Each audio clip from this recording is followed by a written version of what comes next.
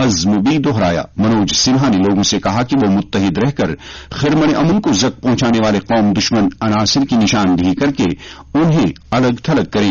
Lieutenant governor نے جموں کشمیر میں banking sector کی حصولیابیوں کے علاوہ یوٹی کی ترقی میں پنچایتی راج اور بلدیاتی اداروں کے علاوہ منتخبہ نمائندوں کا بھی رول اجاگر کیا۔ چیف سیکرٹری اٹل ڈلو نے سول سیکریٹریٹ میں آج 10ویں قومی ایکتا دیوس کے موقع پر افسروں اور اہلکاروں کو ایکتا کا حلف دلایا۔ جموں صوبے کے ملازمین نے اس تقریب میں ویڈیو کانفرنسنگ کے ذریعے حصہ لیا۔ سرکاری ملازمین نے اس بات کا حلف اٹھایا کہ وہ اتحاد کو قائم رکھنے اور قوم کی سلامتی نیز خود مختاری کو یقینی بنانے کے لیے اپنے آپ کو وقف رکھتے ہوئے یہ پیغام ملک کے ہر ایک فرد تک پہنچاتے رہیں گے۔ صحت و طبی تعلیم کی وزیر سکینہ ایتو نے آج ہندواڑہ میں گورنمنٹ میڈیکل کالج کی تعمیر سے متعلق پیش رفت کا برسر موقع جائزہ لیا۔ انہوں نے ساتھ ہی سب ضلع اسپتال کوپواڑہ کا بھی دورہ کر کے وہاں مریضوں کے لیے دستیاب سہولیات کا جائزہ لیا۔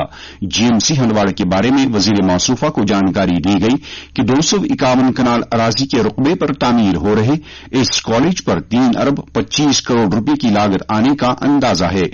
انہیں بتایا گیا کہ جی ایم سی کے لیے 17 عمارتیں تعمیر کی جانی ہیں، جن میں سے 11 پر کام جاری ہے اور ساتھ ہی 200 بستروں والے ایک اسپتال پر بھی کام شدمد سے جاری ہے۔ سب ضلع اسپتال کوپواڑہ میں انہوں نے شفا خانے کے کئی یونٹوں کا معائنہ کر کے مریضوں کو فراہم کی جا رہی طبی نگہداشت کی سہولیات پر اطمینان کا اظہار کیا۔ وزیر موصوفہ نے ڈاکٹروں کے علاوہ نیم طبی عملے کے ساتھ بات کرتے ہوئے اسپتال کے لیے درکار بنیادی ڈھانچے کے بارے میں بھی تبادلہ خیال کیا۔ ٹرانسپورٹ کے وزیر ستیش شرما نے کہا ہے کہ جموں کشمیر سرکار سرحدی اور دور افتادہ علاقوں میں عوام کو ٹرانسپورٹ کی بہتر سہولیات فراہم کرنے کے لیے پرعزم ہے۔ انہوں نے آج J K R T C office Jammu سے 3 بسوں کو جھنڈی دکھا کر روانہ کیا۔ یہ بسیں مختلف علاقوں کو پیسنجر ٹرانسپورٹ کی سہولیات فراہم کریں گی۔ وزیر موصوف نے کہا کہ عمر عبداللہ کی قیادت والی سرکار جموں خاص طور پر خطے کے دور دراز اور سرحدی علاقوں میں ٹرانسپورٹ خدمات میں بہتری لانے کے لیے پرعزم ہے تاکہ عوام کے لیے سہولیات بڑھائی جا سکے۔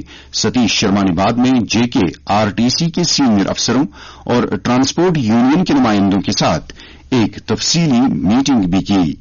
یہ خبریں آکاش وانی کے سری نگر اسٹیشن سے نشر کی جا رہی ہیں۔ پیش ہیں باقی خبریں۔ موسم میں تبدیلی کے ساتھ ہی کشمیر صوبے میں اسکولوں کے اوقات کار میں تبدیلی لائی جا رہی ہے۔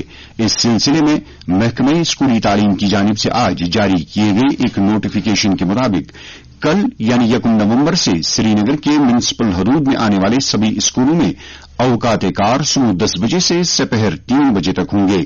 تاہم سری نگر میونسپل حدود کے باہر وادی کے سبھی اضلاع میں اسکولوں کے کام کاج کا وقت صبح 10:30 بجے سے سپہر 3:30 بجے تک رہے گا۔ واضح رہے کہ یہ حکم نامہ کشمیر صوبے کے سبھی سرکاری اور تسلیم شدہ پرائیویٹ تعلیمی اداروں پر نافذ العمل ہوگا۔ ملک بھر میں آج روشنیوں کے تہوار دیوالی کی دھوم ہے۔ پورے بھارت میں یہ تہوار آج روایتی جوش خروش اور عقیدت کے ساتھ منایا جا رہا ہے جو کہ برائی پر اچھائی کی فتح کی علامت ہے۔ اس سلسلے میں گھروں، مندروں اور دیگر عوامی مقامات پر چراغاں کر کے انہیں سجایا گیا ہے۔ دیوالی کے موقع پر لوگ دولت کی دیوی لکشمی کی بھی پوجا کرتے ہیں۔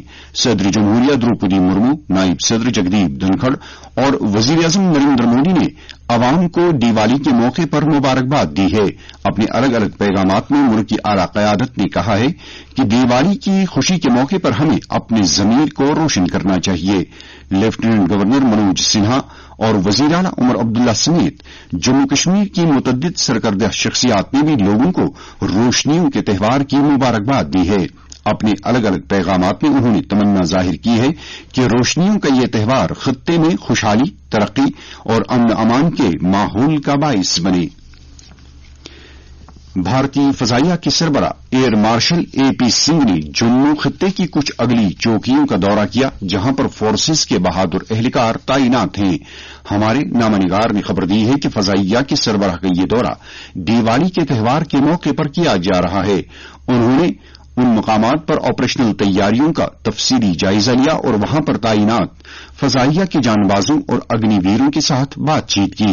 بات چیت کے دوران ایئر چیف مارشل نے ملک کی سیکورٹی کو تحفظ دینے کے لیے ہر وقت چوکس اور تیار رہنے کی اہمیت پر بھی زور دیا۔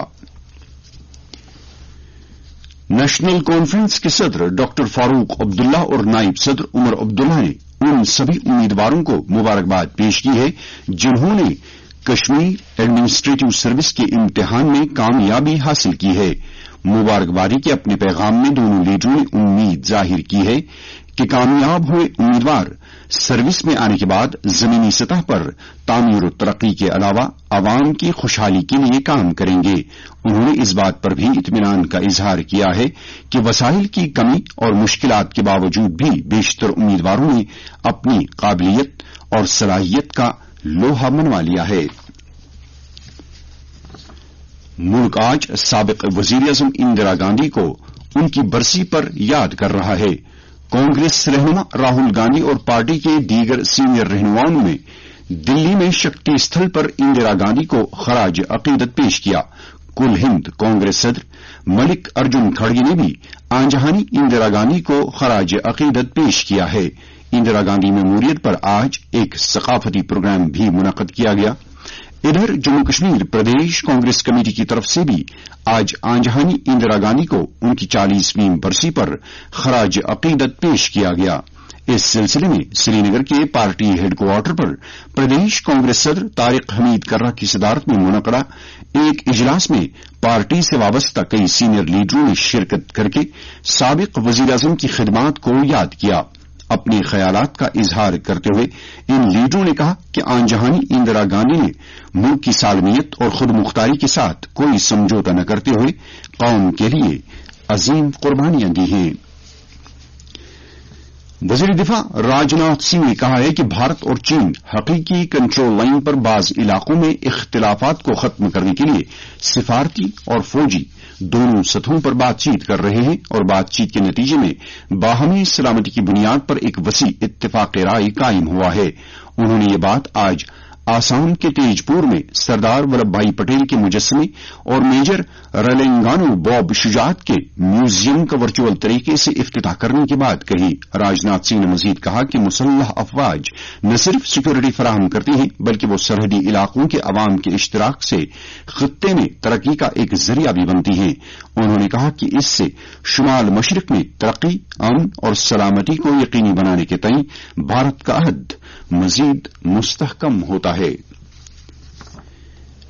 قومی سلامتی کے مشیر اجیت دوول نے امریکہ کے اپنے ہم منصب جیک سولیون کے ساتھ فون پر بات چیت کی، جس دوران دونوں رہنماؤں نے ہند بحرالکاہل خطے میں اور عالمی سطح پر استحکام کو یقینی بنانے کے لیے مزید کوششوں کی ضرورت پر زور دیتے ہوئے علاقائی سلامتی کی پیش رفت پر تبادلہ خیال کیا۔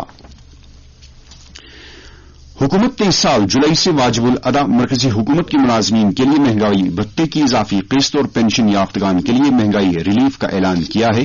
کابینہ نے مرکزی حکومت کے ملازمین اور پنشن پانے والوں کے لیے 3% کے مہنگائی بھتے اور مہنگائی ریلیف کی اضافی قسط کو منظوری دی ہے۔ موسمیات محکمے کی پیش گوئی کے مطابق جموں کشمیر میں اگلے 24 گھنٹوں کے دوران موسم عام طور پر خشک رہنے کا امکان ہے۔ سری نگر میں آج دن کا زیادہ سے زیادہ درجہ حرارت 23.2 ڈگری سیلسیس جبکہ کل رات کا کم سے کم درجہ حرارت 6 ڈگری سیلسیس ریکارڈ کیا گیا۔ جموں میں آج دن کا زیادہ سے زیادہ درجہ حرارت 31.3 ڈگری سیلسیس جبکہ کل رات کا کم سے کم درجہ حرارت 15.2 ڈگری سیلسیس ریکارڈ کیا گیا۔ اس کے ساتھ ہی خبروں کا یہ بلٹن ختم ہوا۔